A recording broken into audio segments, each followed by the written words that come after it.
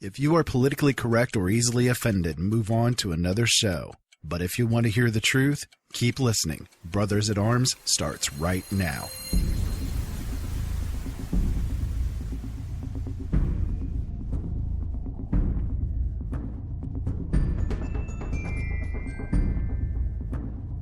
When you're born in this world, you're given a ticket to the freak show. And when you're born in America, you're given a front row seat. We gather tonight at a dramatic and deeply promising time in our history and in the history of man on Earth. So nobody wants to rock the boat. Nobody wants to change. Don't change anything. And we're in a nice downward glide. I call it circling the drain.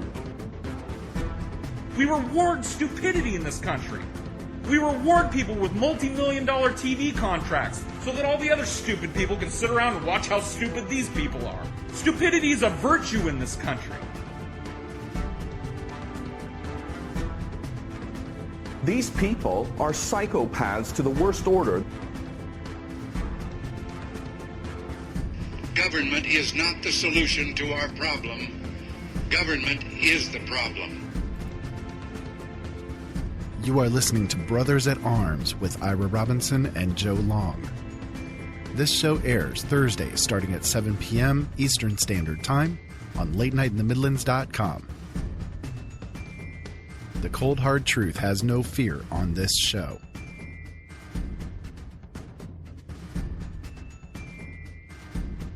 I think Americans have worked extremely hard not to see the criminality that their officials and their policymakers have exhibited.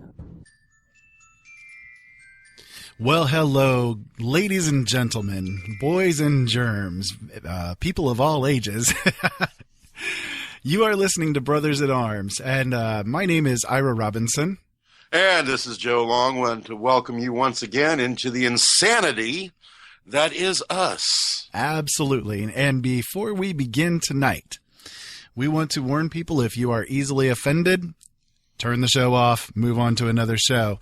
Tonight we're going to have a very divisive kind of topic, and one that, has been getting a lot of attention of late, and that would be the Religious Freedom Restoration Act that has been taking place in our home state, Indiana. So you're going to hear opposing views, basically, for probably the first time on Brothers at Arms, that we're going to be very vehemently against each other kind of thing on this episode tonight.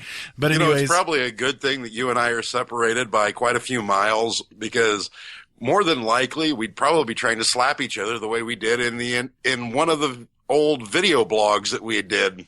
Oh, absolutely. There would definitely be claws flying on this episode tonight. Yeah, definitely. And I will say, ladies and gentlemen, we don't pull our punches on this show. We don't hide the truth. We don't varnish our opinions. And if you don't like it, lump it. Pretty much.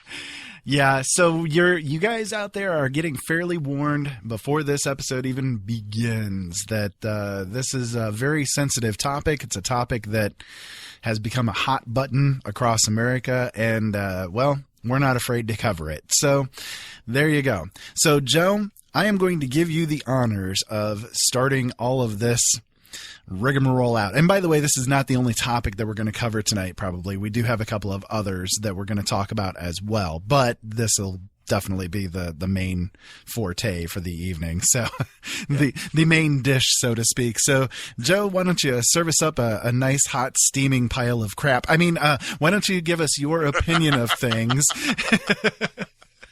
All right. Well, for those of you who've been living under a rock for the last week and don't know what the heck we're talking about, Indiana's Governor Mike Pence, along with our state legislature, has passed this Religious Freedom Restoration Act, which in a nutshell states that no private business can be penalized or sued or otherwise made to feel any repercussions because they refuse service to anyone if it conflicts with their religious viewpoints.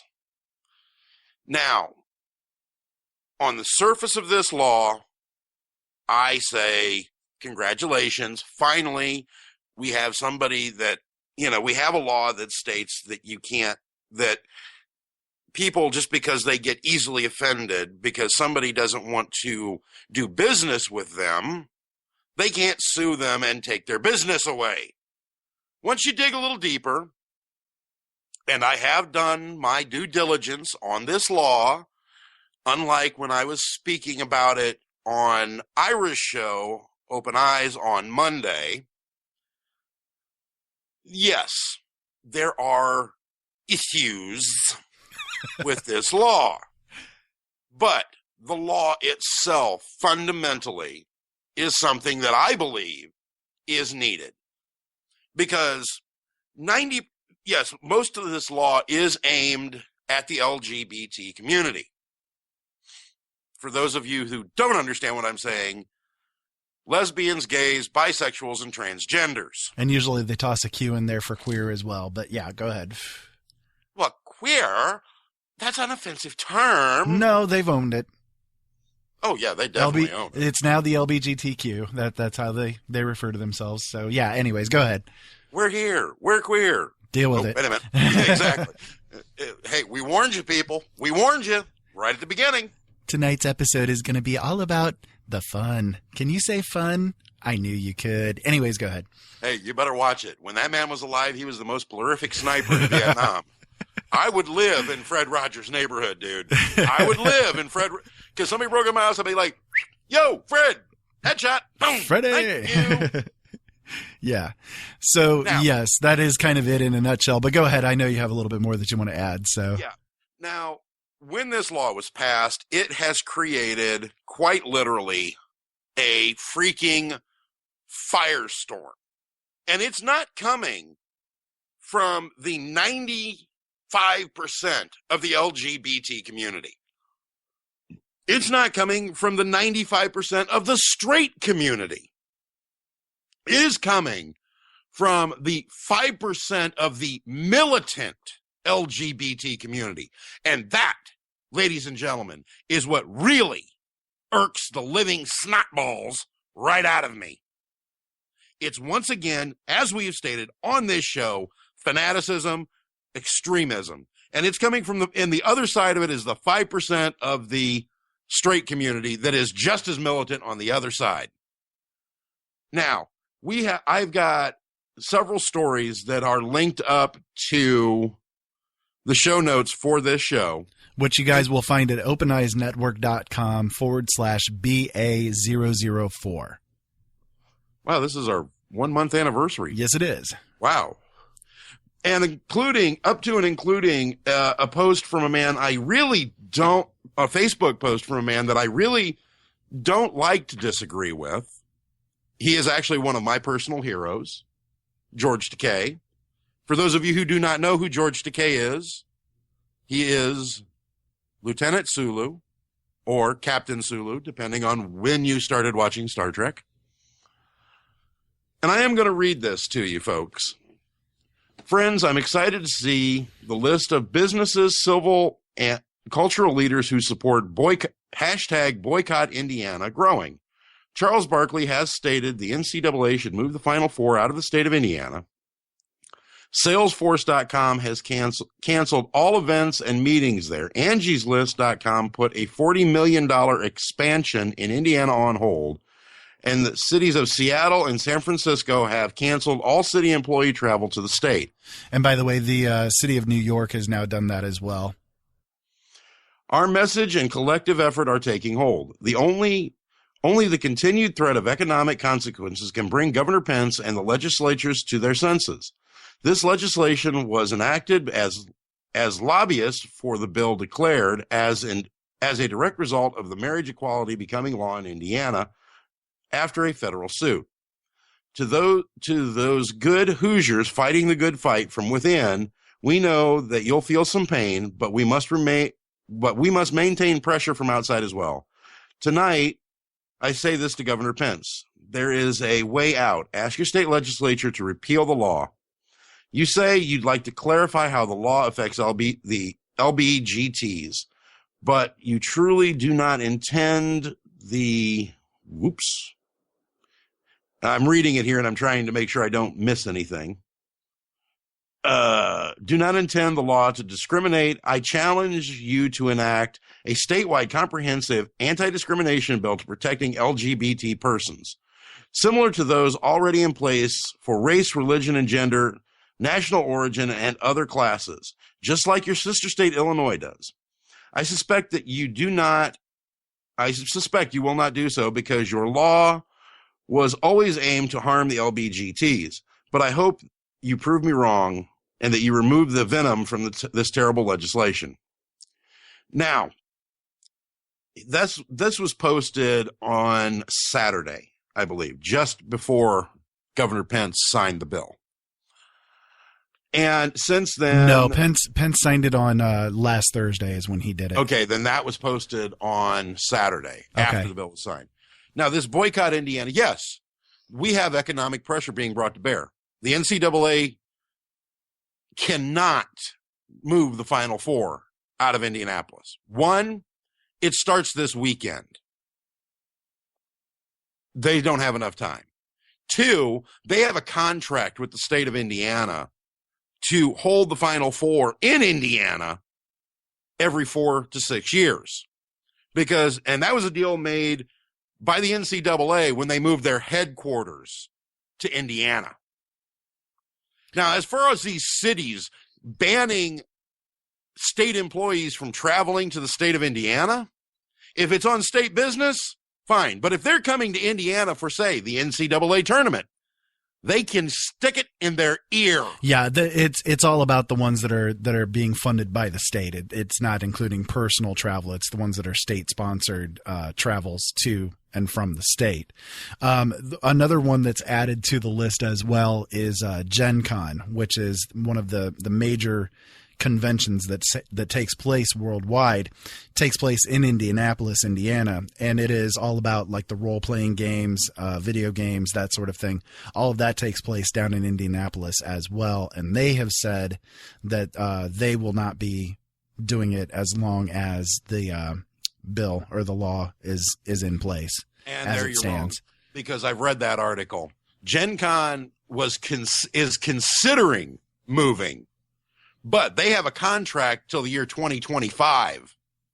They are locked into a contract till the year 2025 at the Conseco Fieldhouse. So Gen Con by the time that Gen Con's contract is up, the firestorm for this is going to be over. The controversy for this is going to be over. And they will have moved, the LGBT community will move on to beating up on somebody else. Now, I have gay and lesbian friends. Ira has got gay and lesbian friends. Don't you? Yes, I do. I have quite a few of them, actually. Yeah. And for the most part, most of the LGBT community, they look at this like, huh? What? What in the world's going on? We don't know what's going on. We're told to protest. We're protesting. Now, the thing is, yes, this law does primarily target gays and lesbians. But the intent, the original intent of this law was to protect Indiana businesses from being sued like has happened in California, like has happened in Washington, like has happened in New York, where they also have these, where same-sex couples have the right to be married. And before you think I'm going to sit here and bash that marriage is between man and woman, I don't really care. I have the opinion of if the two people of the same gender want to get married and be as miserable as everybody else, have at it.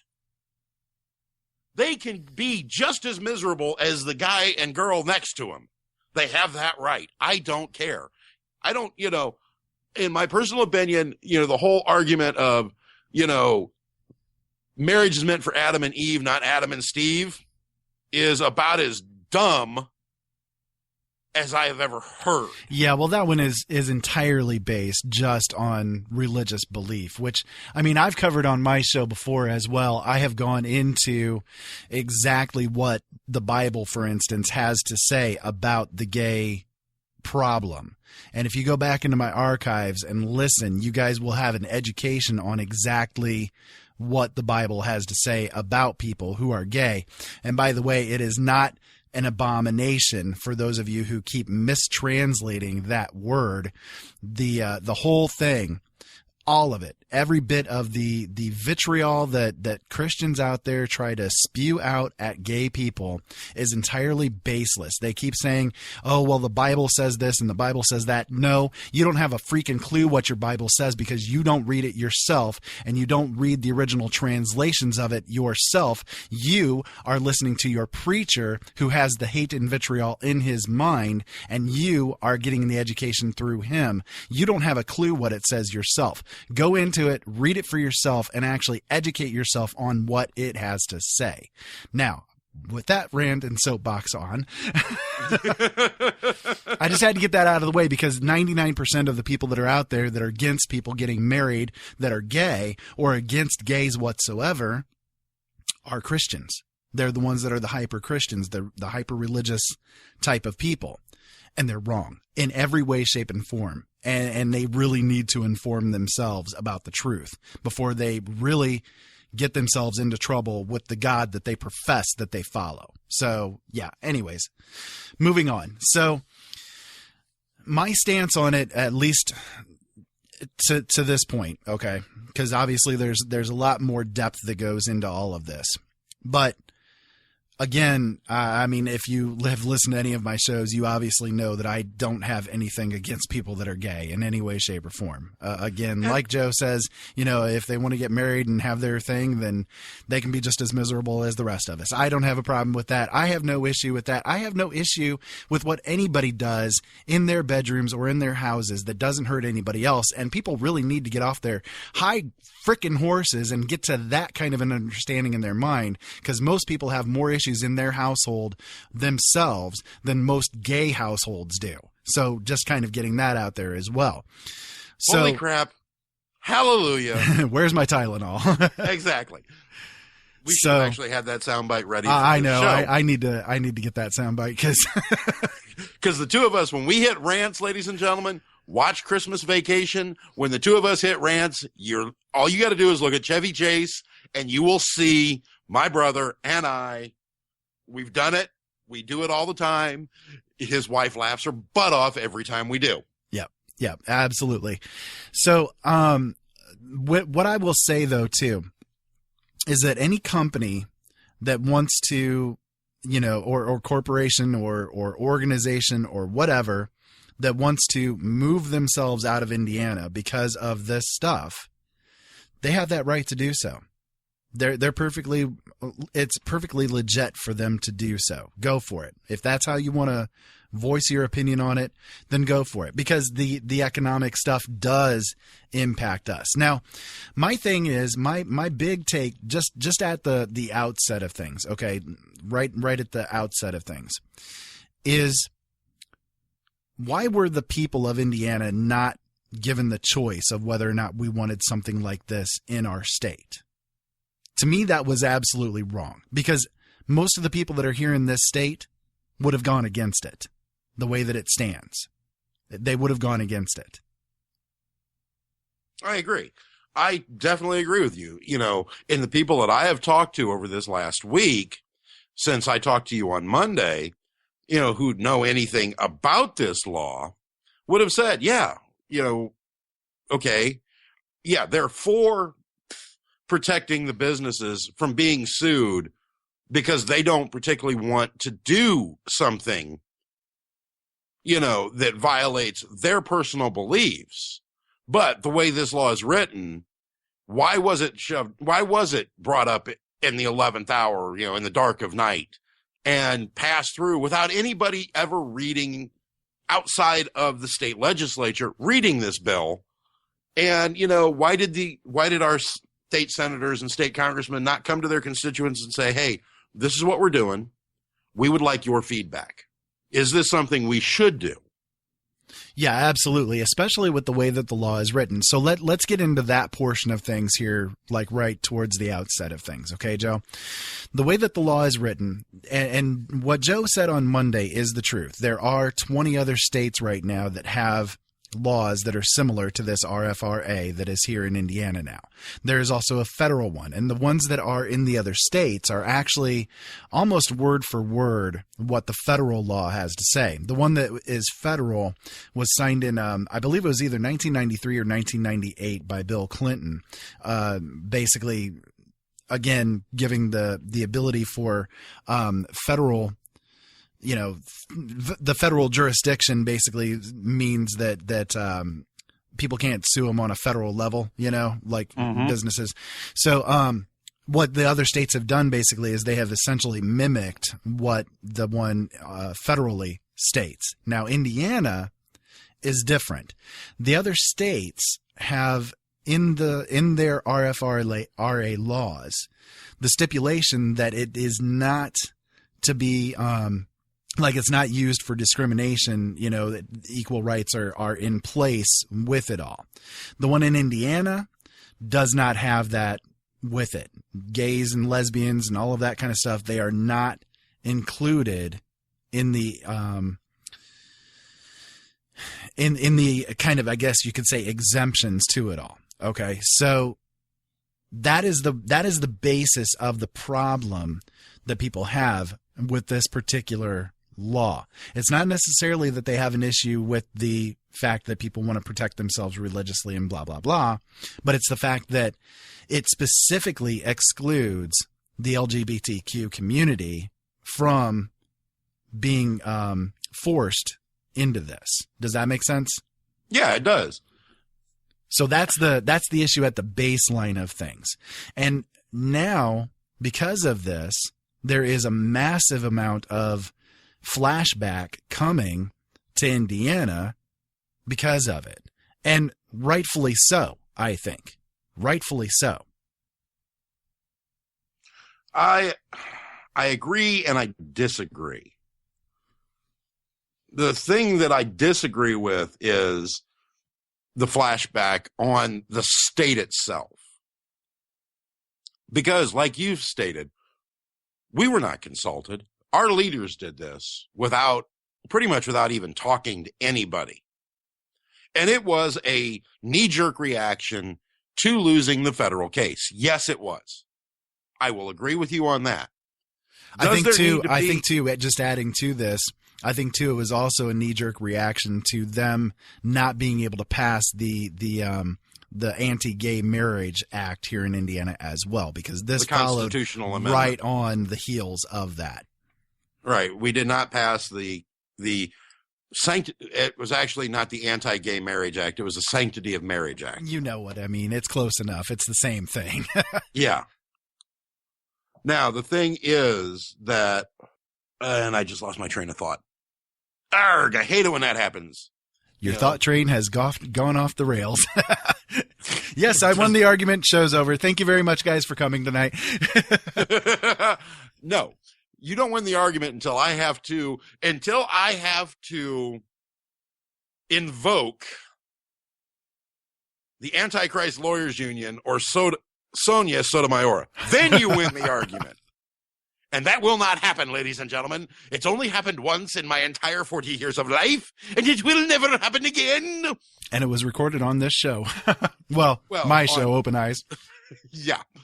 And I hate the fact that is going to be recorded, that it is, out it's there in the posterity in the internet of the universe forever, and I can never get it back. But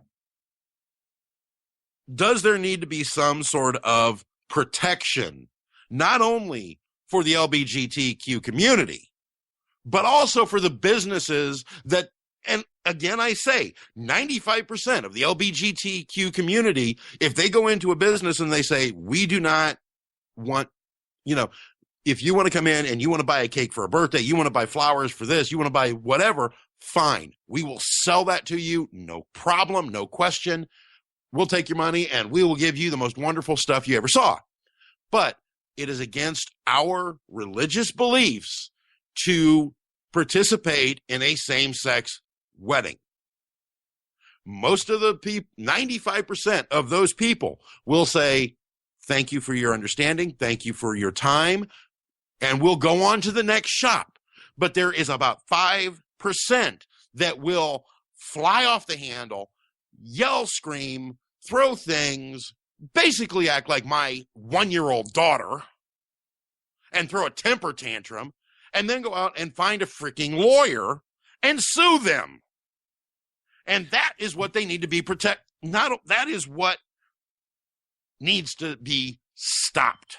That is what there needs to be protections in place, not only for the LBGTs, but also for the business owners, because both of what I just described are discriminatory practices. Yes, I understand Both that. of them Now let me toss this out real quick, okay? Because one of the things that has happened over the past couple of days is that not only is it bakeries that are getting hit with it, of course, but now a pizza place called Memories Pizza is getting firebombed basically because of them stating that they would not service somebody that was enacting a gay marriage or enacting a gay wedding or whatever. Okay. So it's all these different Christian businesses that are having this problem. And it's always seemed to be like the food places and all that kind of stuff, right? Mm-hmm. Okay. So real quick, I wanted to quote you guys Romans 12, starting at verse 19. You ready for it? Let's get a little biblical. Hang on. Got to get my duct tape. It's going to get a little we're going biblical. to start, to quote another great movie, Red Planet, if we're going to start talking about God now, I need another pop. Okay, so Romans 12, verse 19 and 20, sorry. Never take your own revenge, beloved, but have room for the wrath of God. For it is written, vengeance is mine, I will repay, saith the Lord. But if your enemy is hungry, feed him, and if he is thirsty, give him a drink. For in so doing, you will heap burning coals upon his head. Do not be overcome by evil, but overcome evil with good. In other words, for those of you because when my brother quotes the Bible, he always quotes it in the original King James version, not the NIV version, which is much more simpler language. I'm actually surprised you didn't quote it in Latin. Context is important. Yes, context is important. The original language and the original words are essential. But listen, this is exactly what the Bible says. If your enemy is hungry, feed him. If your enemy is thirsty, give him something to drink. What are these people doing? What are these people freaking doing? They are doing every damn thing that is against Christianity, at least supposedly, allegedly, what Christianity is supposed to be about. They are as anti-Christ as you can possibly get. And they're wondering why I have an issue. Yeah, for those of you who don't know, ladies and gentlemen, before he lost his faith in organized religion, same as I did, my dear brother was studying to be a priest. Well, a minister. A pastor in Southern Baptist Church, yes, but same difference. And yes. Southern Baptist preacher. I got the fire and brimstone in my veins. Oh, joke. But no, that is what the Bible has to say. And that is seriously the way that things need to be. Now, you're right. I mean, yes, I did lose my quote-unquote faith in organized religion, but I think that I understand Christ much better now than I ever did when I was a professing Christian. Christ would never do any of this stuff. Christ was a servant. Christ went down with the thieves and the whores and hung out with them, trying to get them to understand the message of the kingdom of God is within you. It is within you. It is within you right now, right here. No questions asked, nothing else needed. That's the good news. And when these Christians, and I use that word lightly because they're not Christians, Okay. With as much venom as he can throw into it. They're not Christians. They're there at the party. They're wearing the clothes, but they are not Christians. These people are exactly the people that Christ referred to as when they come to me and they say, Lord, Lord, did I not cast demons out in your name? And did I not do great works in your name? And I will say to them, go away from me, you evildoer. I do not know you. That is exactly who he is talking about with all of this crap that's going on.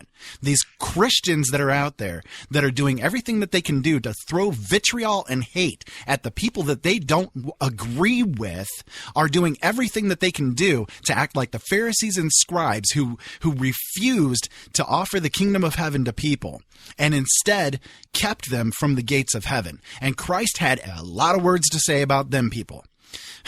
He said exactly that what I'm saying here, that these people are not the ones who are going to enter into the kingdom. So they have to be very, very freaking careful about how they act and react to these gay people that they are supposedly having this big issue with. Because by the time that all is said and done, and they go before God and they face their maker on that day, and God says, what did you do to spread my message about the word of God and the word of truth and the light of my love? And they say, oh, well, we stood against all the gays who wanted to get married. And God looks at him and says, why did you do that? I told you to take care of those people, because if you take care of them and you're good to them and you show them the love that Christ has to offer, they're not going to get pushed away from me. Rant over. Sorry. But it's an important message, right? It is. It is. And I'm not the biblical scholar my brother is. As I've stated before on this show and on his show, there's actually only one book of the Bible that I've ever actually read or studied, and that is the Revelations of John, only because it's probably, in my opinion, one of the most interesting books of the Bible. Yeah, because there's a lot of rainbows and flowers in it, right? Oh, wait, no, that's because it's got death and destruction and doom. Right. And I am a warrior, and death and destruction and doom appeal to me. It's kind of your forte. Right. Exactly. It's in my wheelhouse. But I do remember Christ saying something to the effect, there is no perfect man, or there is no perfect person. No, not one. And not through good works, but only through me shall you come to the kingdom of heaven. Something to that effect. Yeah, and also I may not be quoting it. No, exactly. you've got the paraphrase pretty much correct, but it also says in the book of James that faith without works is nothing. And if you don't do works, if you don't do good works, then your faith is basically as ashes. And now, is it somebody's right to believe that the LGBT community is sinful, is wrong? Yes, it is their right to believe that. Are they right? No. That's for them to decide. That's for their judgment, no. Basically. In my opinion, no, but that's for their judgment. Listen, to go with this, I want to play a clip. Okay, because we're on the subject of Christianity and gays and all of that kind of stuff. So I knew we'd enter into this topic, and I want to play a clip and get your thoughts on this, Joe. Okay, because you've never heard this clip before. I've never played it for you. So I want to get your thoughts on this after you've gotten done listening to it. So this is a fresh listen. Never heard it. It's about a minute and a half long. So here you go. Take a listen. Oh, your little son starts to act a little girlish when he's 4 years old, and instead of squashing that like a cockroach and saying, man up, son, get that dress off you and get outside and dig a ditch, because that's what boys do.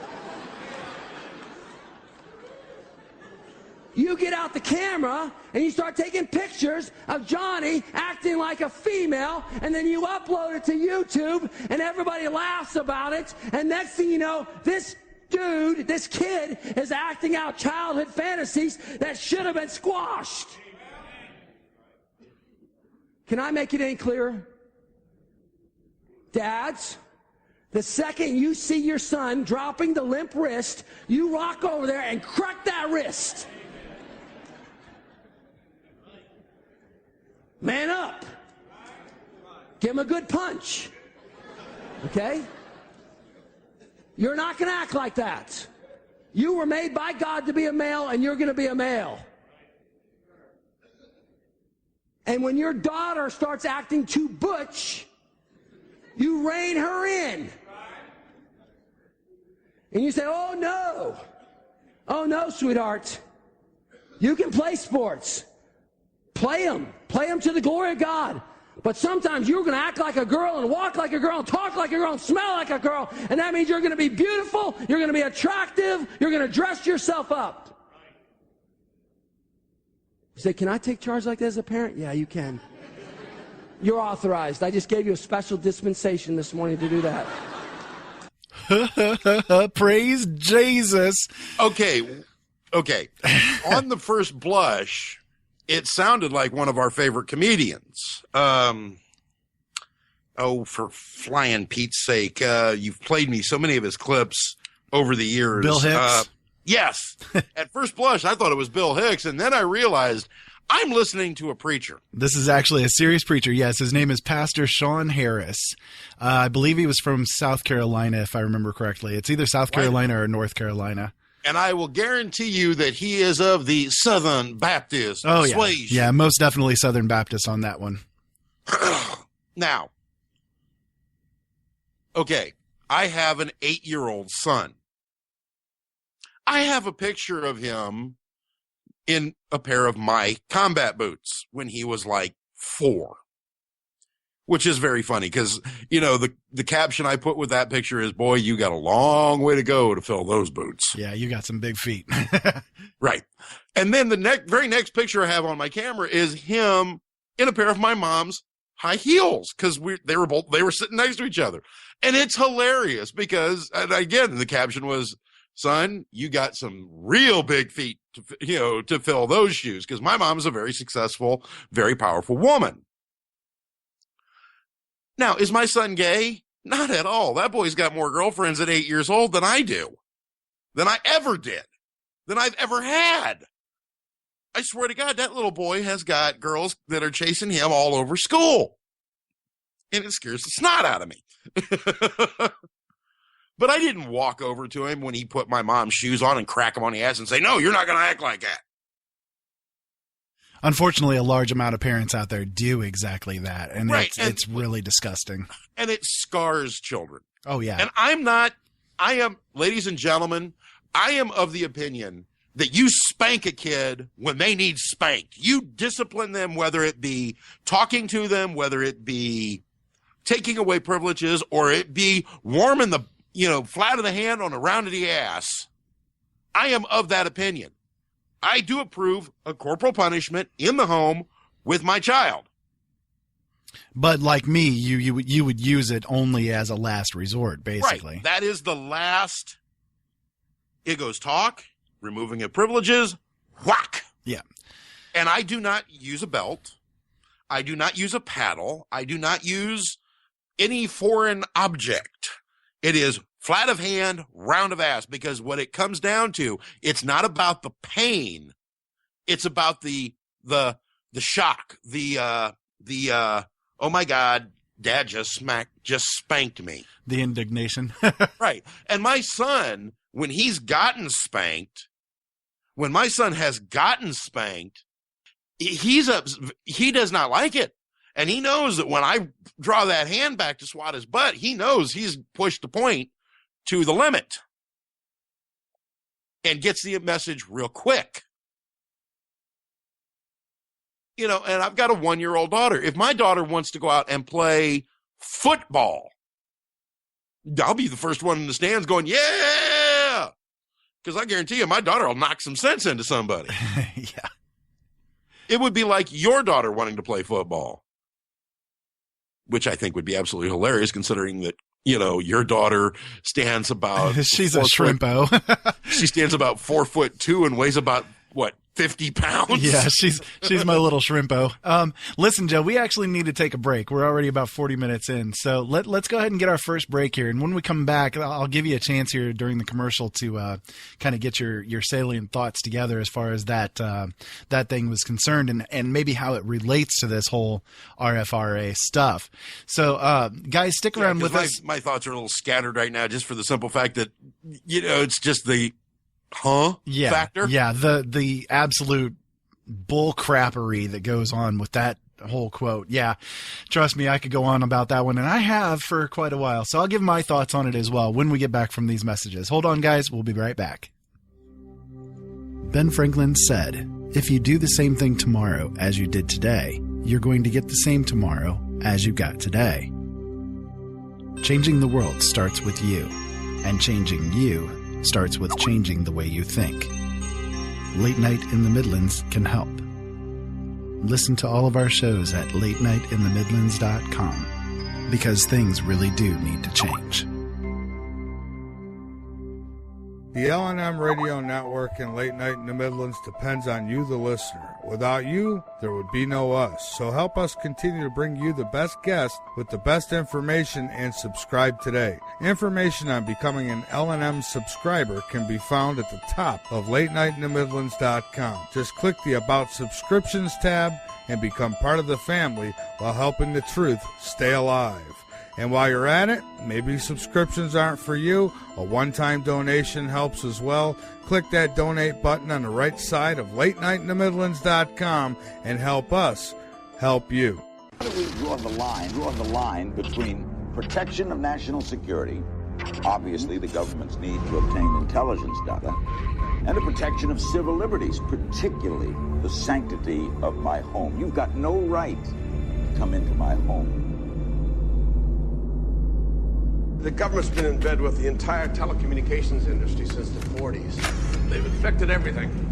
They get into your bank statements, your computer files, your email, listen to your phone calls, every wire, every airwave. You're talking to your wife on the phone, you use the word bomb, president, Allah, any of 100 key words. The computer recognizes it, automatically records it, red flags it for analysis. That was 20 years ago. Sooner or later, you have to bring in an element of persuasion, an element of getting people to consent to what is happening to them. We are in process of developing a whole series of techniques which will enable the controlling oligarchy to get people actually to love their servitude.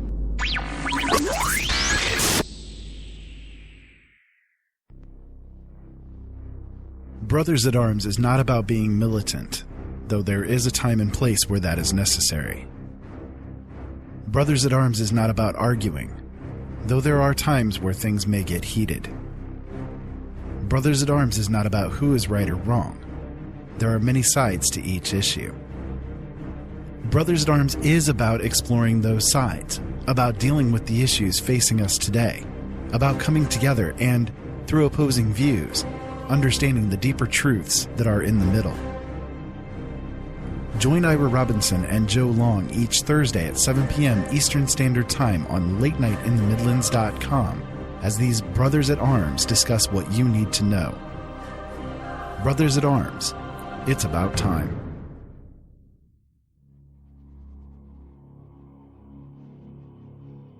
They went into the homes now, the powers that be, and told us that you cannot discipline your children anymore. And if you discipline your children, you were going to jail. Then they went into the public schools and took discipline out of there. So when we acted up in there, they put our boys into something called special ed classes. And as you know, those special ed classes are nothing but holding cells until they can go to the state prison. If we can have them convicted for a felony, then once they get out of prison, they cannot get a job because of that. And then if they happen to eke out and find a job, then they have to pay taxes on a job, yet they cannot vote. I call that taxation without representation. They did a grand thing when they took that discipline away from us, because when they made our parents afraid to discipline the children, then what happened? We found out that the teachers were afraid of the principals were scared of the superintendent was scared of the school board was scared of the parents were scared of the children, and the children ain't scared of nobody.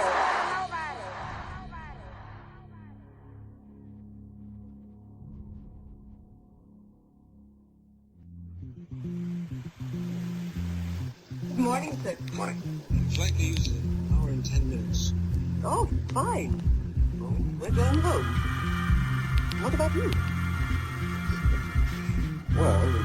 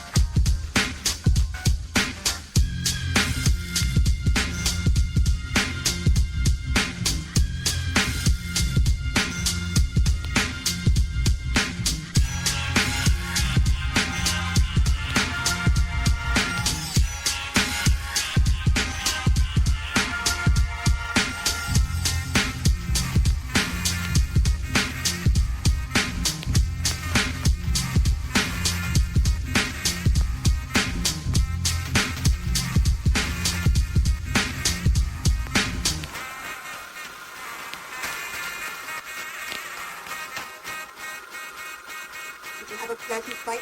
Very nice, thanks. Did you have a pleasant flight, Joe? I always have a pleasant flight. That is such great music. I got to get you to send me that link just so that I can. That's great. I could definitely see myself meditating to that for a long Oh yeah, that's got period some of deep time. groove to it, man. I love that one. I just ran across that one the other day. Hello, everybody. Welcome back. This is I'm sorry, not Open Eyes. This is Brothers in Arms. I'm Myra Robinson. And I'm Joe Long. And I swear to God, one of these days I'm going to come up there and I'm going to swat you in the head for that. So sorry. I know you've got several shows, but come on, man. I need to at least pay attention to the one that I'm on, right? Exactly, man. I mean, I'm sure it has something to do with the topic that we are discussing tonight, because it is a very emotionally charged, a very, very emotionally charged topic. And for those, thank you for staying with us through that break, and welcome back.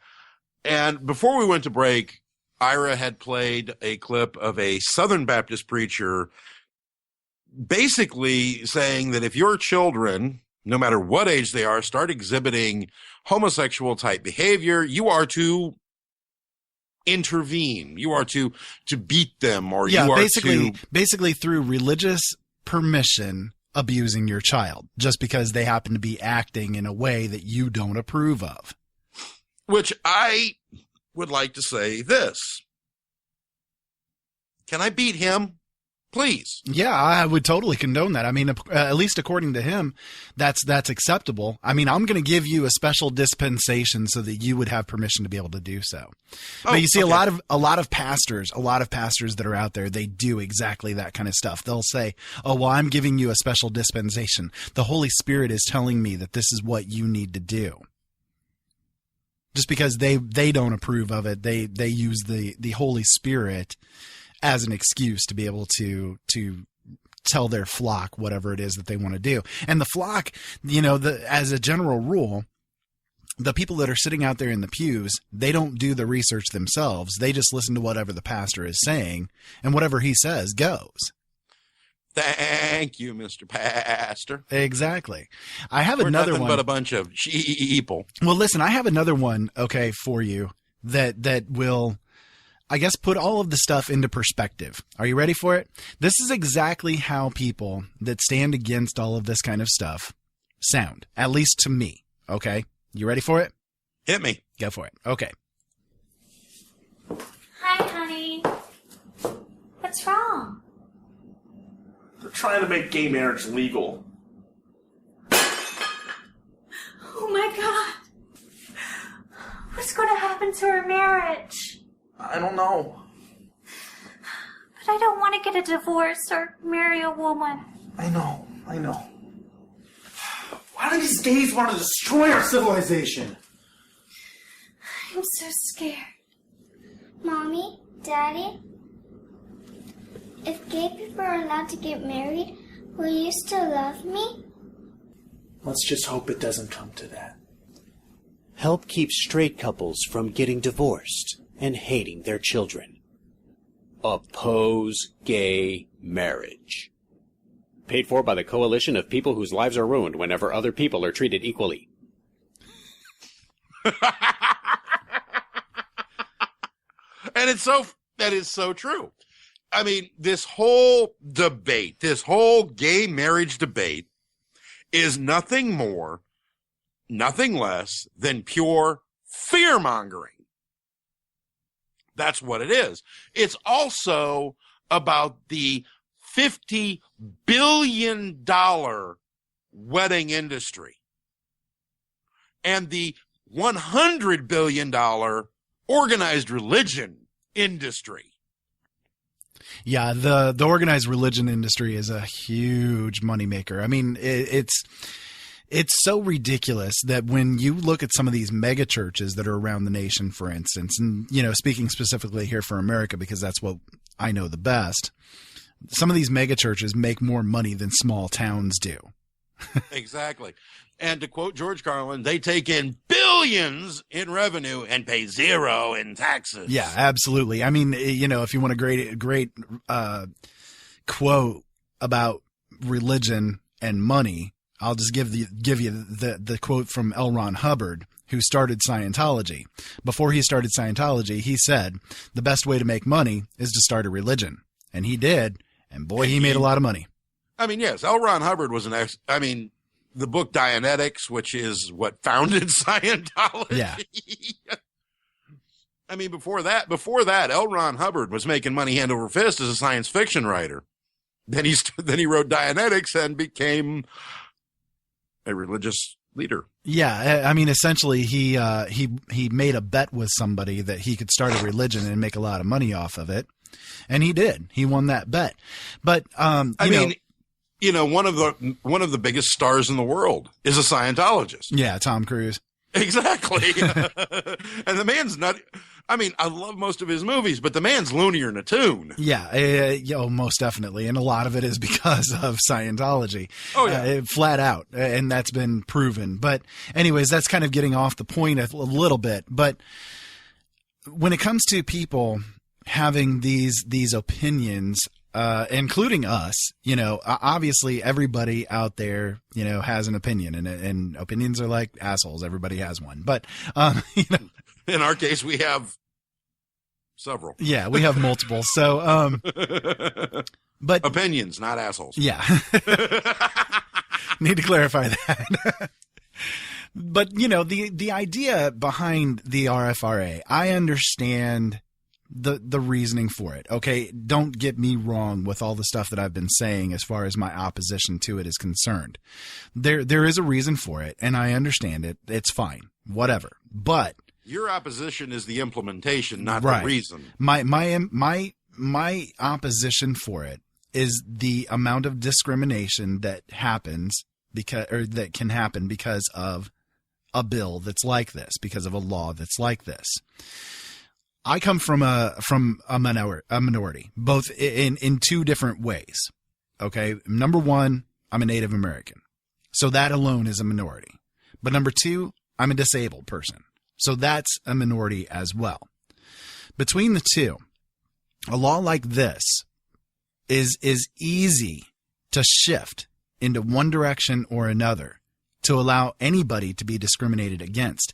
That is my main thing that I am against. I am against discrimination in any form. And I am also against anybody having any of their rights infringed upon. Because and now listen to my reasoning for this, okay? And I know you've heard me speak about this before, Joe, but when somebody has the potential to tell somebody else that they cannot do something, whatever that may be, and they get away with that, that opens the door for anything else to occur. So a good example that I give is against the anti-smoking stuff. Okay, so you have the whole anti-smoking thing out there. And yes, smoking is bad, blah, blah, blah. Okay, so you have all these things that are, oh, well, you know, we're gonna ban it from all public places. You can't smoke in any public place. Okay, fine. The smokers outcried against it, but everybody else who was not a smoker said, that's a great idea. You need to implement that right now. We have to have safety and security and blah, blah, blah. Okay, so next they said, because they got away with that, next they said, well, we can't have you smoking in any private businesses as well if other people go in there. Oh, that's a great idea. We need to have that because those evil smokers, they're blah, blah, blah, blah, blah. They're destroying humanity and causing global warming and chaos and dreck, and they're bringing about the end of the world. Okay, so next step, after that got implemented, because of course the smokers outcried against it, but everybody else was like, yes, this is a great idea, do it. Next, they have tried to say, and they are getting away with it in a lot of locations around America, you can't smoke in your car. Well, that's private property. You can't smoke in your home. Well, that's private property. There was just a case that was won 2 months ago or a month ago, I think. And we talked about it on this show. Yeah, where this court ordered that a couple could not smoke in their home that they owned because their piping was connected to somebody else's house, and the other people sued them for it. So where does the line get drawn? You see, when you start taking rights away from people, when you start infringing upon things, that opens the door for everything else to be done as well. Look, if you got a problem with gays, that's fine. You're allowed to think that way. I have no issue with you thinking that way. If you're doing not the thought police. No, we're not the thought police at all. If you have an issue with gays, fine. So be it. Speak your opinion about it. That's fine.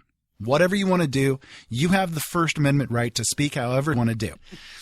At the same token, or at the same time, I guess you could say, you have to consider that if you have the ability to infringe on their rights, anybody else can infringe on yours as well. And it is just as easy to do and just as quick it can happen to you. Look at Nazi Germany as a great example of that. They had freedoms, they had rights, they had the ability to, free speech and blah, blah, blah over in Germany before World War II, before Hitler came into power and the Nazi Party took over Germany. When they took over everything, people didn't outcry about it. They didn't speak about it because they had this idea of national pride and, oh, everything is okay.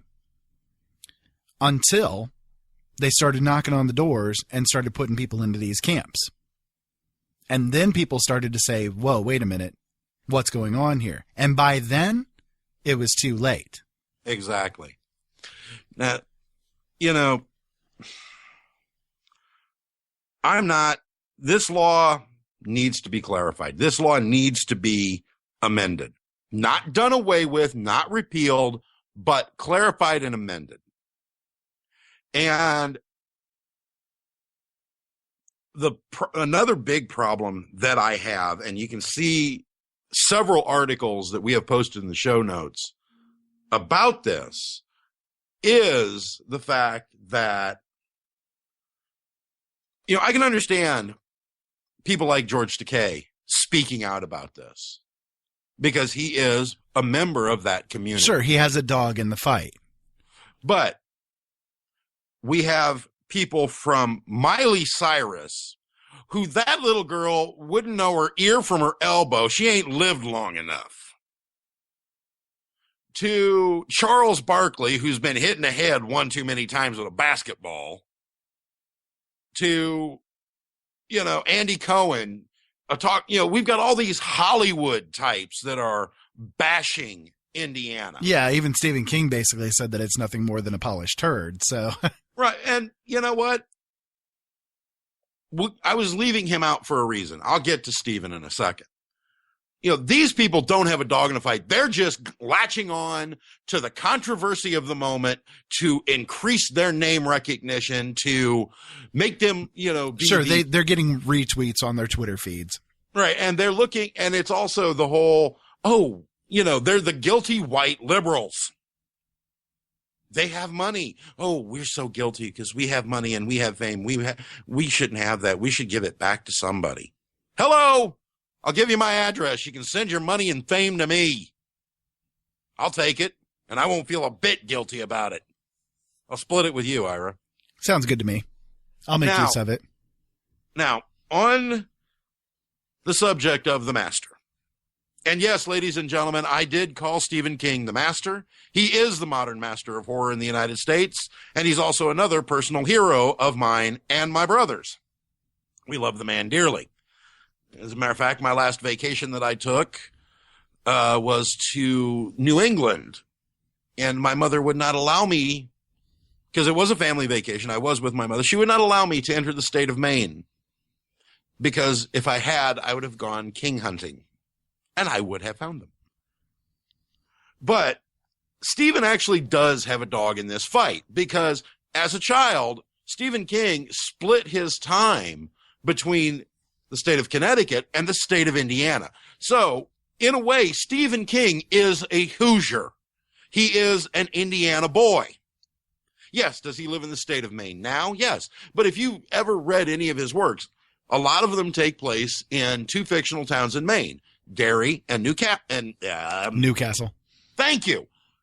But he also has written several books that take place in the state of Indiana, in towns in Indiana. So when he says that, I actually listen to him. It's like, aha, this is another Hoosier who said that this is a tantamount to a polished turd.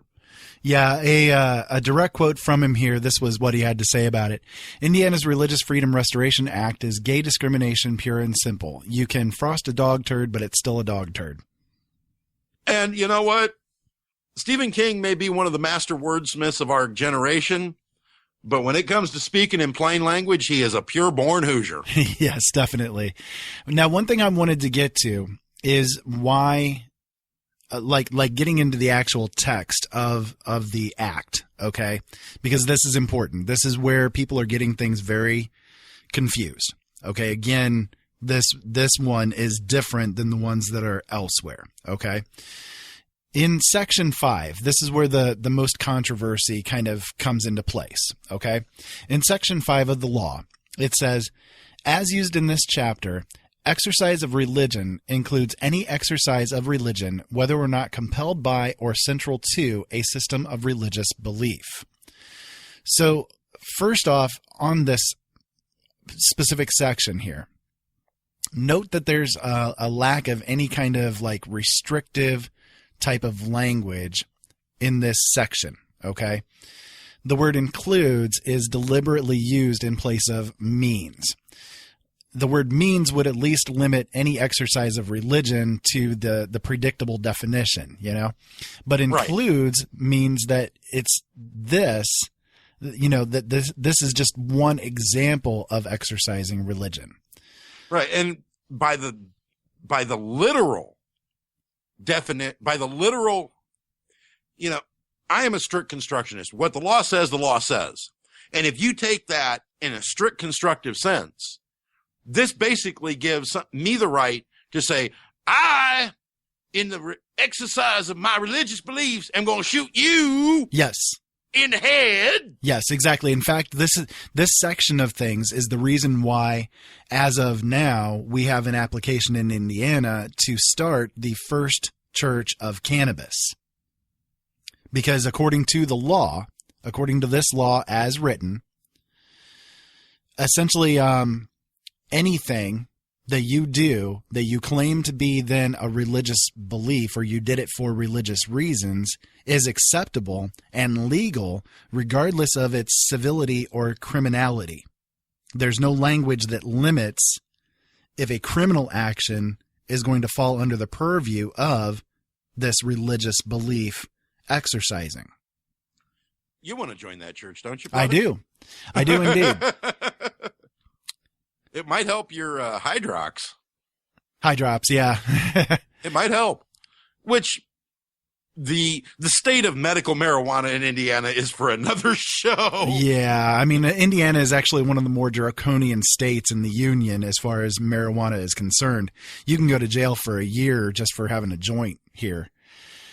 It's sad. Another section. You can go to jail for 6 months for having spice. Yeah, exactly. Another section, section 7. This part states, as used in this chapter, quote unquote, person includes the following. Number 1, an individual. Number 2, an organization, a religious society, a church, a body of communicants, or a group organized and operated primarily for religious purposes. Number 3, a partnership, a limited liability company, a corporation, a company, a firm, a society, a joint stock company, an unincorporated association, or another entity that A, may sue and be sued, and B, exercises practices that are compelled or limited by a system of religious beliefs held by I, an individual, or II, the individuals who have control and substantial ownership of the entity, regardless of whether this entity is organized and operated for profit or nonprofit purposes. So the danger within this aspect of this law is that it becomes self-fulfilling, basically. So, for example, let's say that a hotel with a religious owner refuses service to a person based upon his religious beliefs. Now, even if that person had not previously exercised such belief practices, this law, which requires no more than 2 religious practices that fall into this category, would allow the corporation to begin discriminating in the name of free exercise. Freely exercising their rights. And remember the earlier section, how broadly exercising that religious rights has been defined or not defined. Which is why there needs to be a clarification and a revision, not a repeal of this law. And I'm sure you'll agree with me on that. There needs to be a clarification and revision. Oh yeah, absolutely. Now but the thing is, even if they clarify and revise this law to make it in line with the other 19 states and the federal, the militant 5% are still going to try to boycott Indiana because they didn't get their way. Well, and sure. That is what I have a major problem with. Well, sure, but they're within their rights to do so. They're within their rights to act stupidly if they want to. Okay, that's well in their means to do so. And the thing is that as of yesterday, as of March 31st, Governor Pence held a press conference and he announced that he is going to talk to the state legislature to do just that, to have a clarification and a revision of this law. But has the firestorm died down one whit, one jot, one tittle, one iota? No. Well, no, because it's part of the media cycle now, Joe. They're playing it for everything that they can do. So, for whatever reason, there's various reasons. They're doing it for advertising money, or they're doing it to cause more division, and on and on and on. Section 9. I want to read this one off here real quick, because this is the one that talks, or that goes into the idea of the regardless of civil or criminal. Okay. Section 9 says, a person whose exercise of religion has been substantially burdened, or is likely to be substantially burdened by a violation of this chapter, may assert the violation or impending violation as a claim or defense in a judicial or administrative proceeding, regardless of whether the state or any other governmental entity is a party to the proceeding. If the relevant governmental entity is not a party to the proceeding, the governmental entity has an unconditional right to intervene in order to respond to the person's invocation of this chapter. Now, essentially what this means is that because of this law, you can defend yourself in a criminal or a civil action on the very broad basis of any exercise of religion. So that's where the idea comes in of being able to do anything illegally and be able to get away with it, because there is no provisions in this law that states otherwise. Exactly. And like I said, on your show on Monday, when we first started talking about this, I had not read the entire text of the law.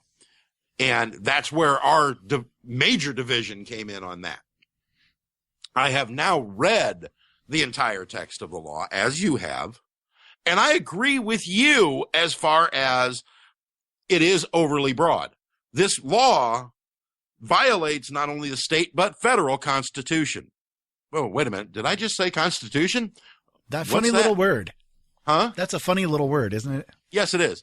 But so this law itself would never survive a court challenge. It would never survive a challenge like that, because it is overly broad. Yeah. Which is one of the things that will make a law unconstitutional. It is overly broad. Right. It has such a barn door open wide kind of tactic to it that it's like they want it to go there, I mean, look, like I said, and that may be the guy that wrote this law. That may have been his original intent. Let's get this in front of a court somewhere, and then we can attack gay marriage through the back door. That's exactly what I was about ready to say. Yes, that what they're doing with this is they are starting this firestorm to get attention, number one, to divert away from the other tactics that are being used. I mean, like I said, this law comes right on the heels of the whole gay marriage ban thing in Indiana as well. I mean, that was a firestorm in and of itself that we had here in Indiana. Yes, it was. And again, we have no problem with gay marriage. They have just as much right to be miserable and be whatever as anybody else. And I quote Robin Williams from a great movie called Man of the Year, where he was running for president. He goes, I don't understand what the whole controversy is about same-sex marriage, because anybody that's ever been married knows it's always the same sex. Oh yeah, absolutely. You get to the point, especially old people sex, what's old people sex? You pass each other in the hallway. Screw you. Screw you too, That's, Ira, you and I have gay old people sex. I guess so. We do that all the time. Yes, exactly.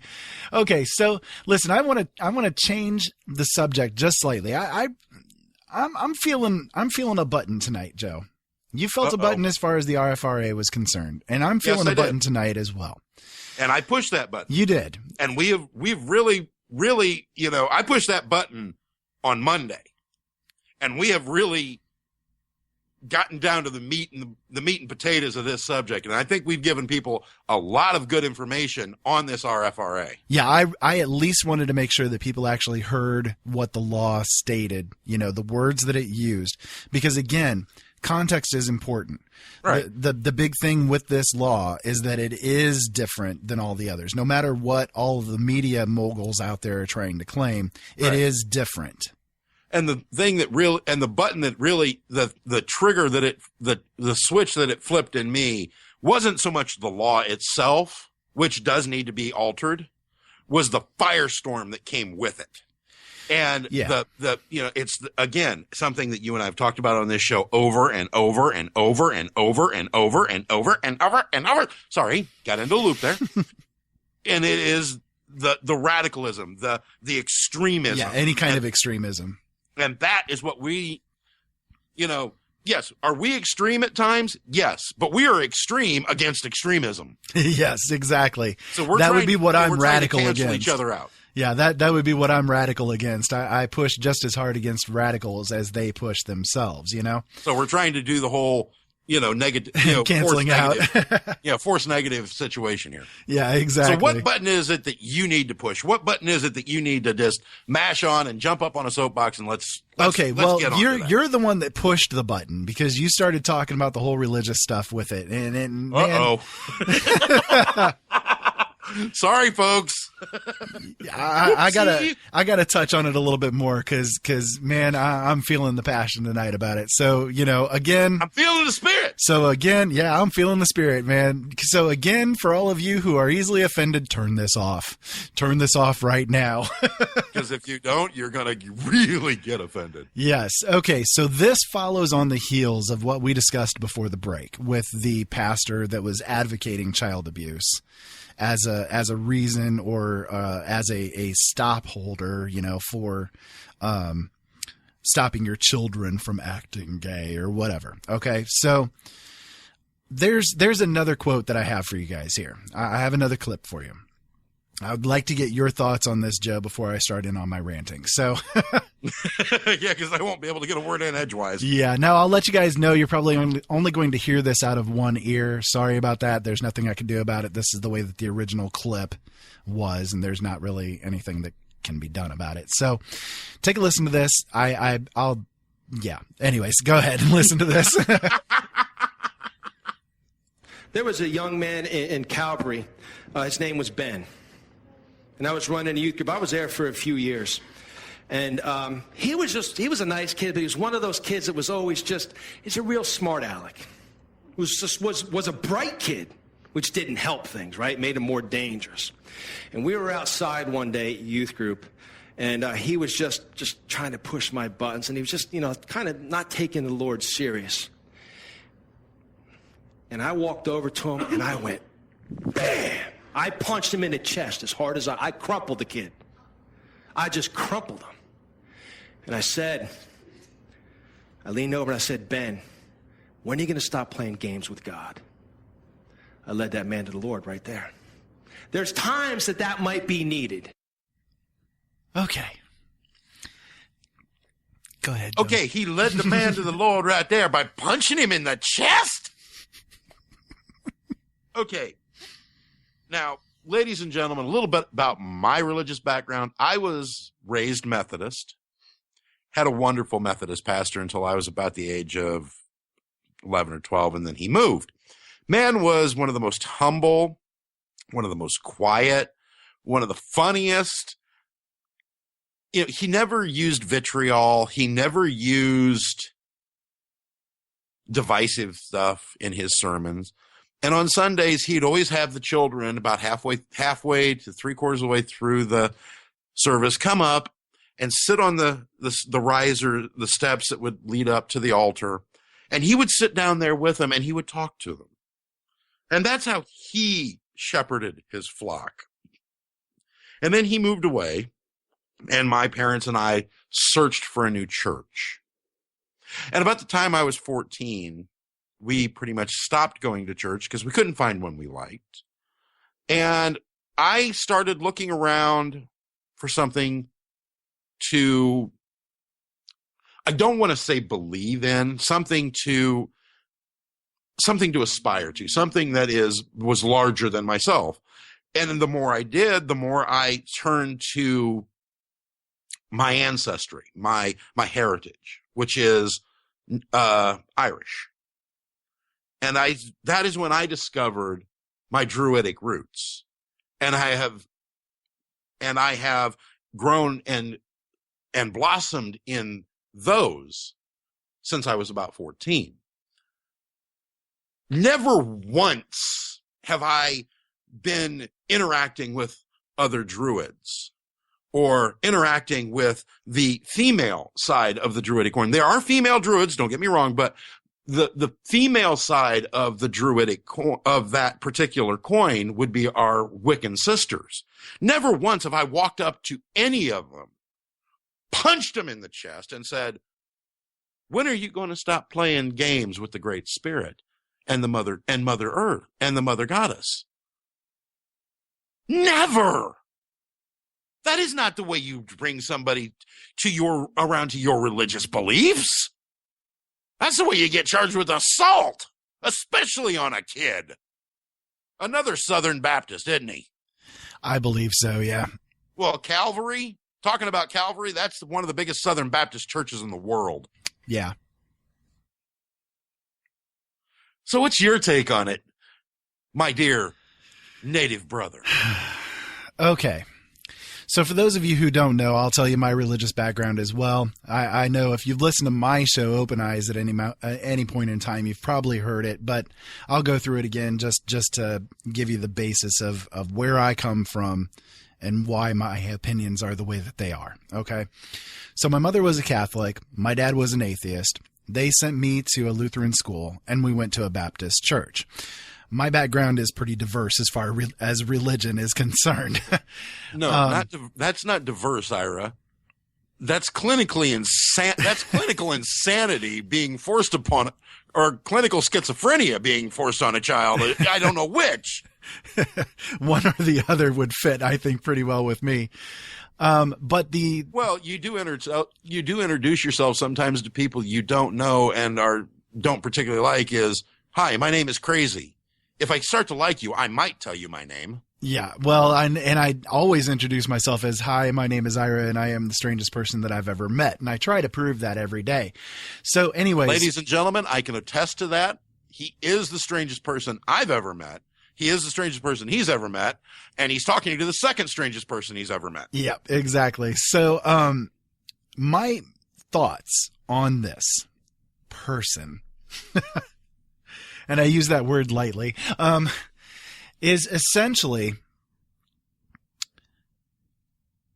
this person is, again, about as anti-Christ as you can get. Okay? That was not the Holy Spirit that moved him to do that. That was his own violence that moved him to do that. Of course, he got the kid to accept God that day. He didn't have a choice. You forced him into it. God, the God, let's say, of the New Testament, now not necessarily the one of the Old Testament, the God of the New Testament did not state that you come to him by the sword. Far from it. Okay? This person is doing the exact same thing as the idea of the Crusades. Which, I quote another great movie, Robin Hood, Prince of Thieves. And Kevin Costner said it. "My father said it was vanity to force other men to our religion." Yeah. And okay, so, at the end of the quote there, he says, sometimes you have to do that. Sometimes it's necessary to do that. No, it is never necessary to do that. If somebody is following your Christ based upon fear, they're not following Christ. They're following your version of Christ. You see, what a lot of people out there do is they invent a version of the Christ that they think they're following. They never read the Bible for themselves. This is especially prevalent in churches and in different Christian denominations, of which there are 35,000 different ones, by the way. A ridiculous and all of them amount. Argue and bicker amongst themselves. Every one of them thinks that they're the right one and that the others are wrong. Okay, that the others are heathens, pagans, and they're going to hell. Okay, which is another subject entirely. There is no concept of hell in the Bible. We might get to that tonight, but well, and the thing is, of that 35,000, one of the most humble and least offensive of them actually is very prevalent here in Indiana, also pretty much through most of the Midwest and in Pennsylvania. Yeah, the Amish. Amish and Mennonite, yeah. And they are the most humble. You know, if you don't believe what they believe, they look at you, they pat you on the arm and say, that is your right. You are in English. And they move on. They don't try to convert you. They smile at you. They help. They've got a very servant. They're very Christ-like. If you want to know the truth, they have a very high servant mentality. Right. And that's what I was going to try to get to is that listen, let me put it to you this way. Let me just finish my thought here. Okay. When you are worshiping or following something that is not actually what was written in the texts, that's a false idol. You're worshiping a false Christ. And those are the false Christs that are spoken about in the Bible. When you create your own Christ, you are creating your own God. You are creating your own salvation through that Christ. Okay. But is that the reality? And I'm not going to get into whether or not the whole thing is real or not. That's not the subject here. But is that the reality? Is that the real Christ that is spoken about in the Bible? No, it's absolutely not. The person who is there, this pastor, okay, this guy has no clue what the actual real Christ is about. He has no clue. This guy is a violent offender, not a servant. That's the main difference. I would almost say violent sociopath if you want to know. Well, yeah, there's that there too. So, listen, we actually need to catch our second break, but I want to definitely finish up that thought when we come back from this break. There's a little bit more that I have to add to it as well. So I hope that you guys are enjoying this episode so far. And, if we've offended you, well, you can always tune in later. Anyways, so stick around with us. You were warned. Yeah, you were fairly warned. Exactly. So stick around with us, guys. We'll be back in just a few minutes.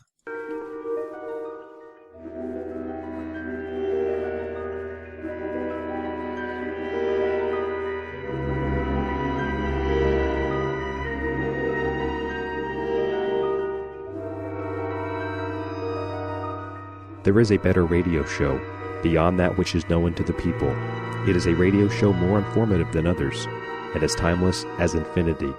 It is the equilibrium between light and dark, between the sheeple and the paranormal, and it is heard at the base of man's ignorance and at the summit of his knowledge. This is the radio show of imagination, a show we call The Secret Teachings.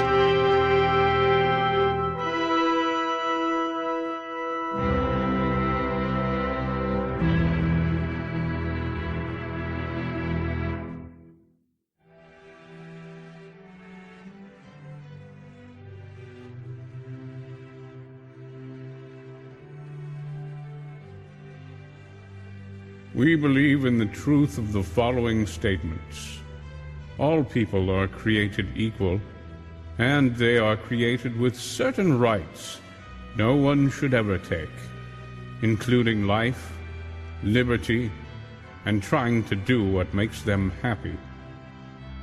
To make sure people have these rights, we create government that gets its power from the people being governed.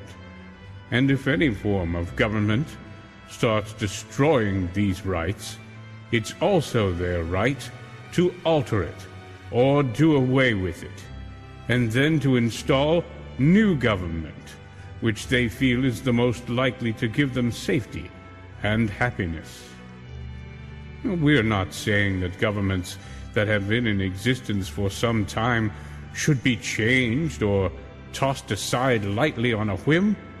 In fact, experience shows us that people are more likely to suffer under evil government as long as they can stand it, rather than to stand up and do something.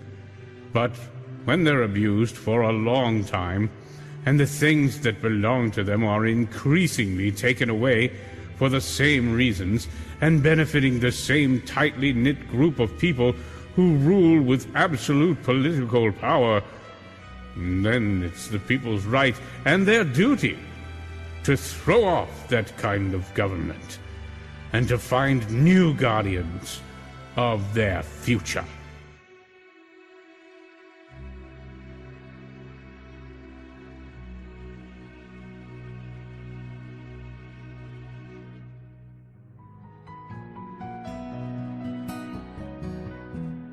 The Late Night in the Midlands radio network is deeply devoted to you, the listener. We feel it is necessary to bring you all of the information that you can use in your life. Each and every day you will find something to listen to here. And whether you come away from the shows informed, inspired, or entertained, it is our passion. We don't bow to corporations, and we don't have handlers to tell us what not to talk about. We bring you everything. Late Night in the Midlands, however, is fully listener supported. We need your help to stay on the air and to make sure that we get the bills paid. We need your help to keep the truth alive. If you feel that you have gotten anything out of Late Night in the Midlands, we would appreciate your support. You can become a subscriber and help us out on a monthly basis, or if you'd like, a one-time donation is fully appreciated as well. Every year, the average household in America spends over $3,000 on entertainment alone. If you could help us with just a tiny fraction of that amount, you would make all of the difference. Go to latenightinthemidlands.com and click on the subscribe button.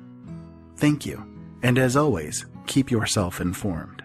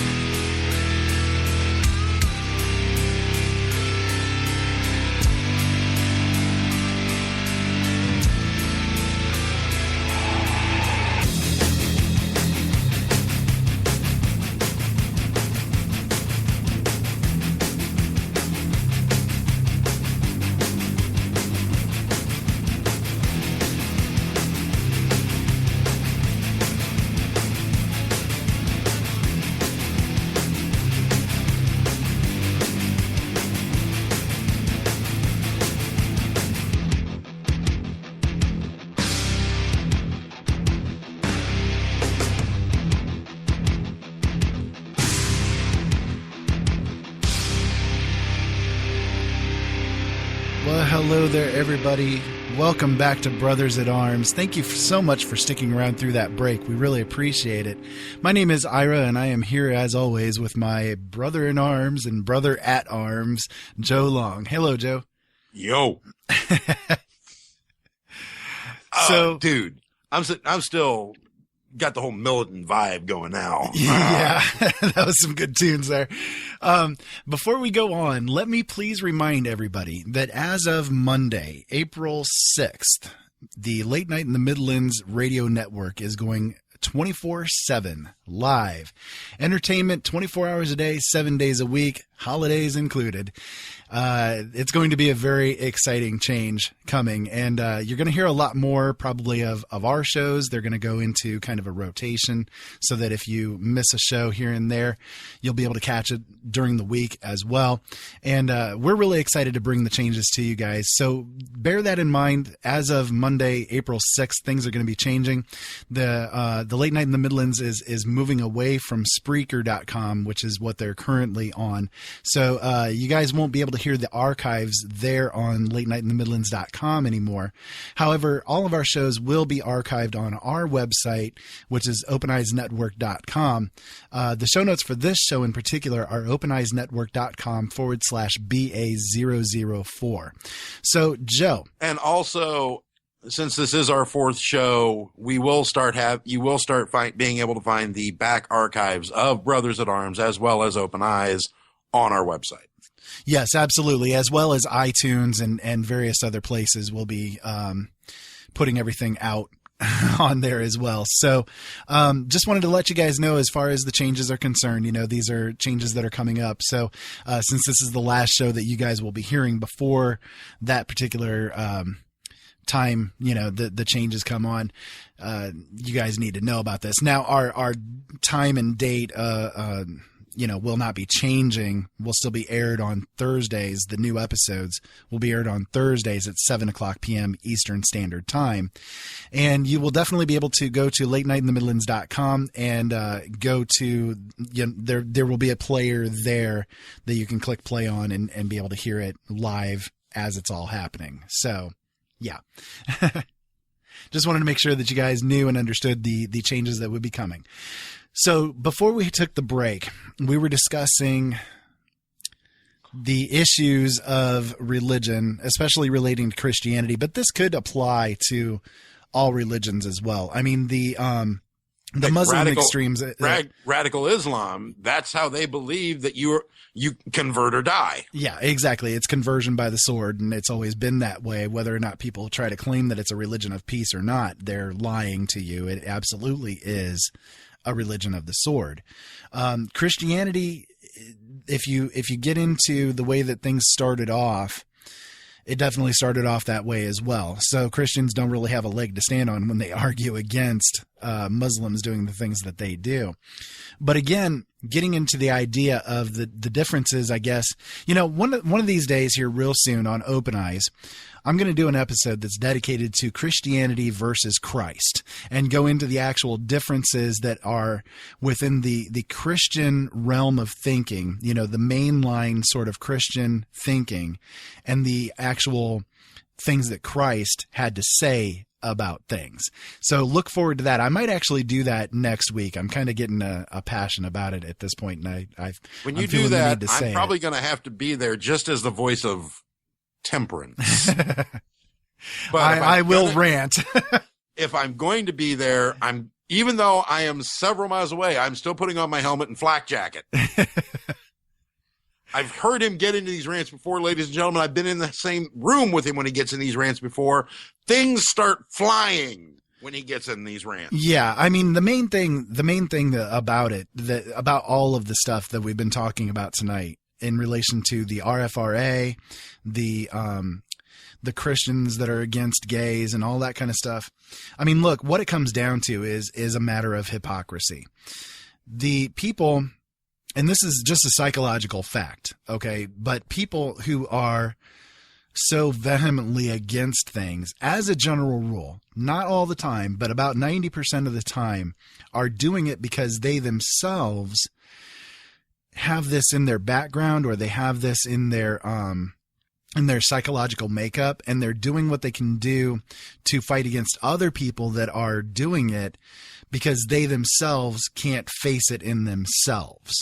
So they're always against it. And this is a big in the gay field, that people who are really radical against gays and against gay marriage and all of that kind of stuff, if you look into actually the truth of the matters, 90% of the time it's because they themselves have had either gay encounters in their life and they're sickened by it or they're disgusted by it.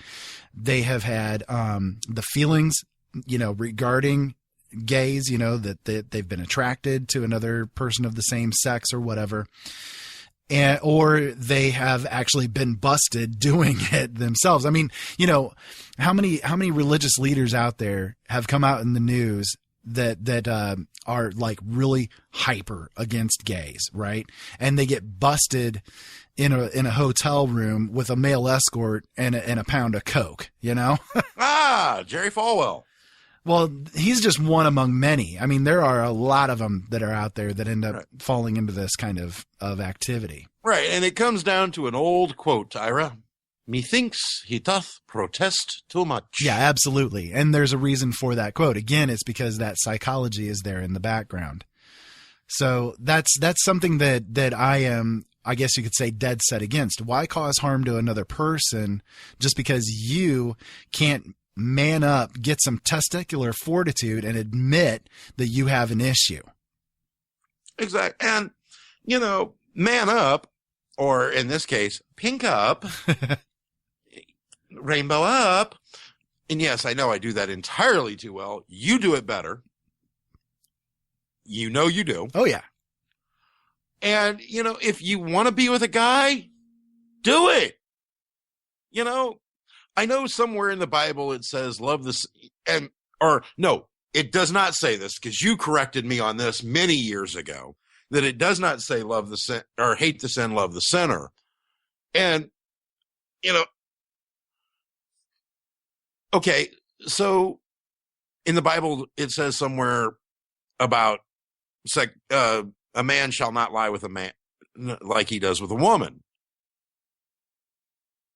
Yeah, that's in Leviticus. That's Leviticus 18. That's the verse that always comes up when people are vehemently against gays. It says that it's an abomination right here, and yet they don't go into all the other 113 other abominations that aren't covered, including that eating aren't shellfish. talked about. You know, there's 114 different abominations listed in the Bible. 113 of them have been discarded, and only one of them is paid attention to, and that is the gay issue.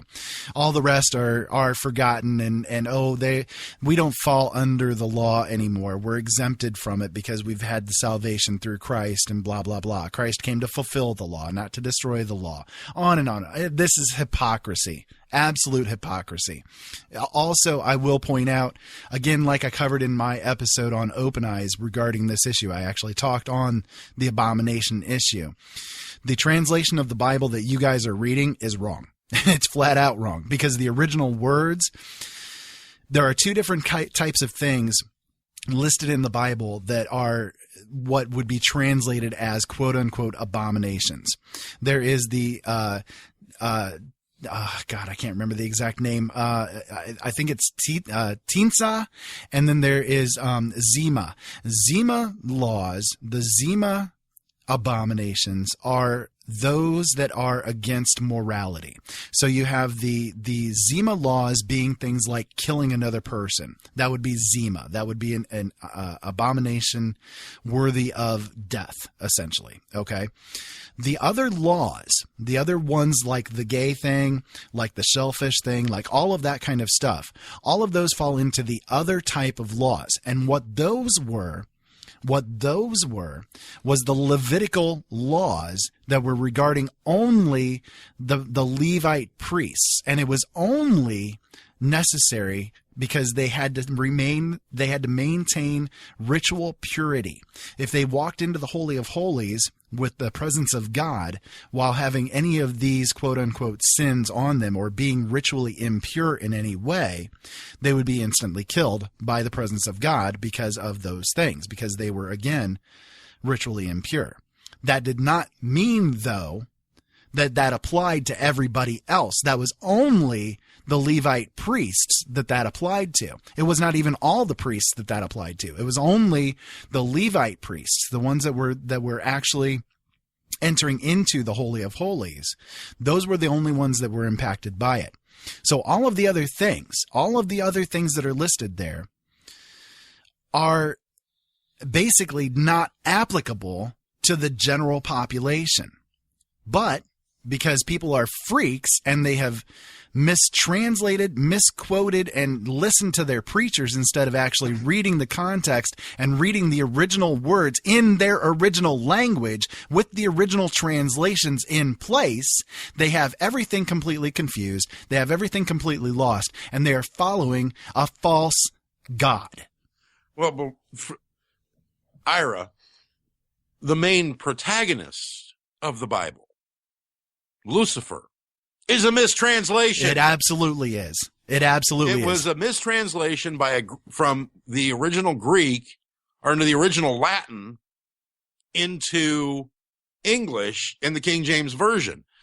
In the Latin, it's Luciferon, light bringer. Yeah, Jerome in the year 400 AD, when he was given the translation orders by the Pope, I believe it was Pope Benedictus, if I remember correctly, Pope Benedictus or Pope Benefante, it was one of the two. Anyways, he ordered Belafonte. Hey, okay.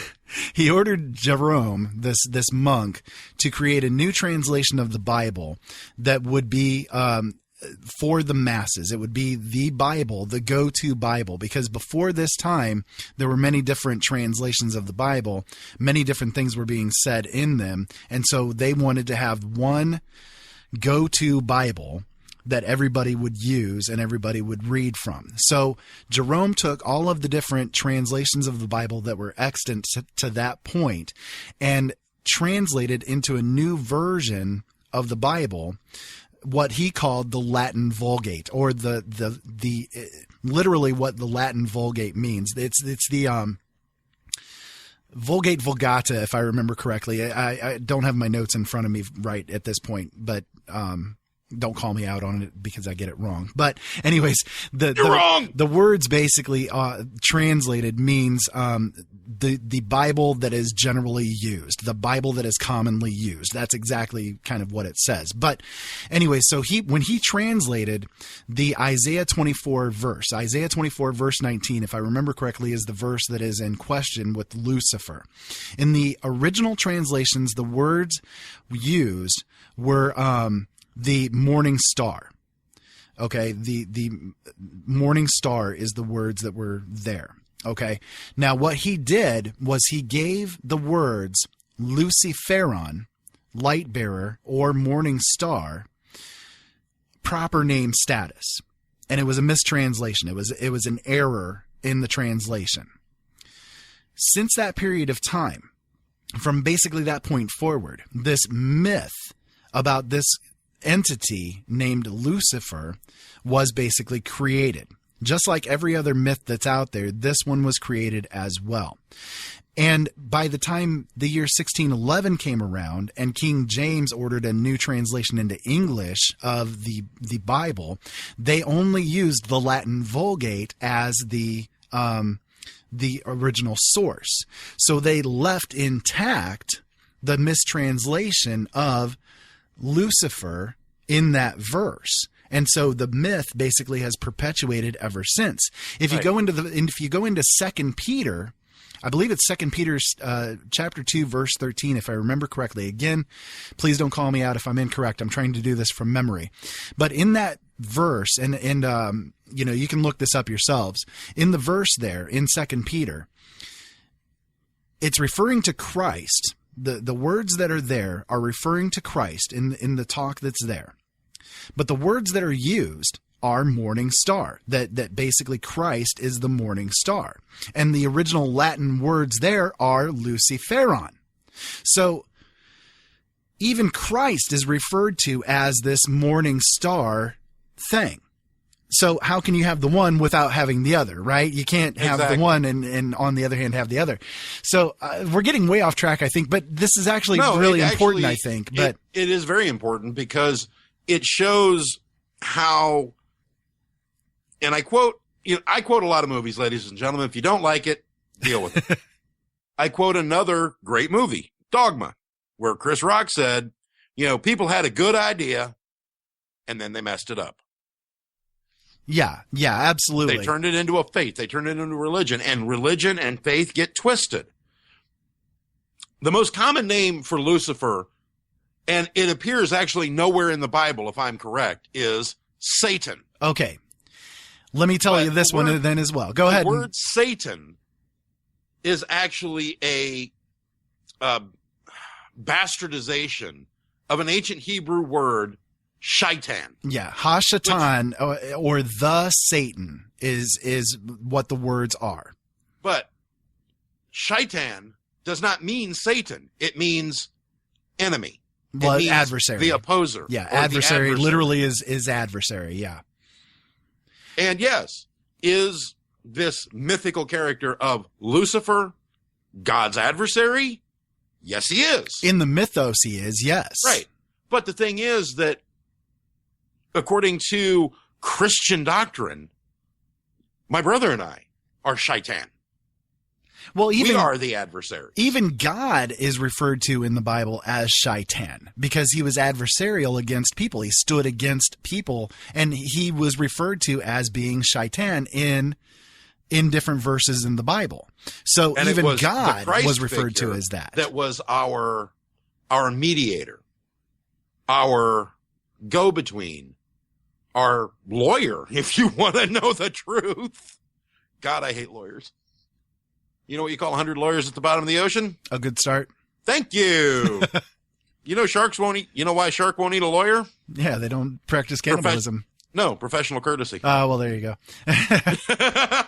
Got to add a little humor in. We've been getting real serious tonight. Got to put a little humor in there. Yeah, but yeah, you're right on the Satan issue. I mean, Satan, Lucifer, the devil, they've all been kind of cobbled together, and it's for one reason and one reason only: fear. Because the more people that they could put into this state of fear regarding some state of hell, some being that's going to be poking you with his fire stick for all of eternity, all of this kind of stuff, all of it was designed for one purpose: to put butts in pews.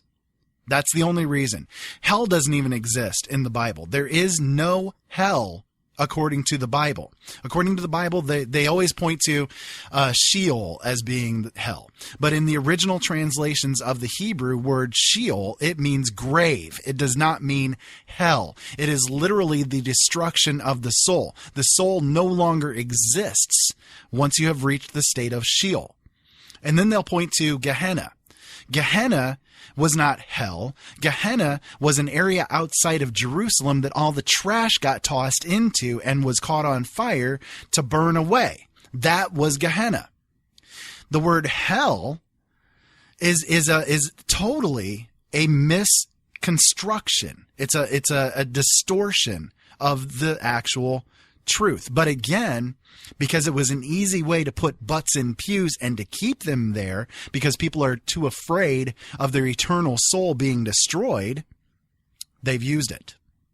And up to and including the one book of the Bible that I have said many times that I have done a lot of research on, the Revelations of John. They talk about the Antichrist. They talk about the beast in the fiery pit. And I don't know personally about the original Hebrew and the original translations, but, people that would read the Revelations of John and read about the tribulation and the great tribulation and the final and the coming and the glorious appearing and all that, you don't think that going to put some butts in pews? Oh, doggy. Absolutely. It was only for that purpose and that purpose alone. Listen, Joe, we're almost out of time, actually. You've got about 1 minute, maybe two, to get out some final thoughts. My final thoughts on this, there are twofold. One, as far as religion goes, I quote George Carlin, you pick your myth, you take your chances, and you have fun. And that's pretty much it. And if you want to believe in Buddy Christ, watch Dogma. You'll laugh yourself senseless.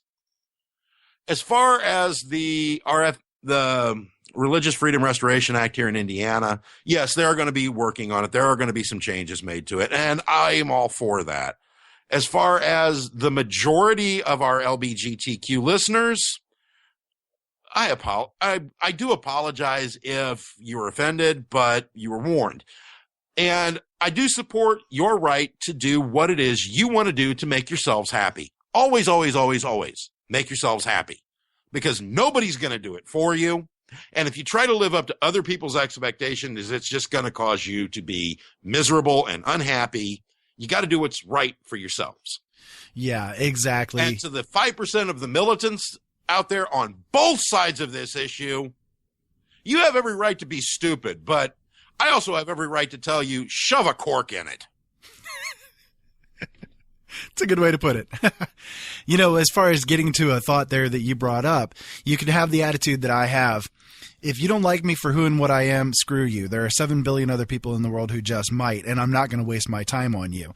The whole Religious Freedom Restoration Act itself can kind of boil down to that kind of attitude.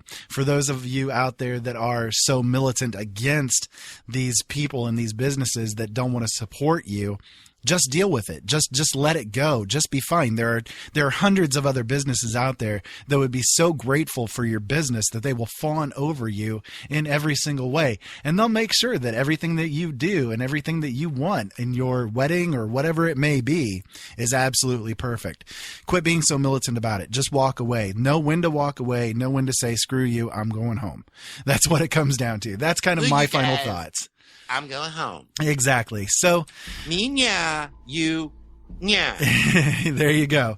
So, listen, guys, thank you so much for tuning in to this episode of Brothers at Arms. I definitely appreciated it, and I know that Joe does too, right? Most definitely. Most definitely. Thank you very much. So, if you were offended by this one, well, we're not really sorry because you were warned, right? But anyways, come back next week and be offended again. Yes, exactly. We're kind of good at doing that. So if you guys want to go to the show notes for this show, they will be at openeyesnetwork.com/BA004. If you want to send us an email, you can send it to feedback@openeyesnetwork.com.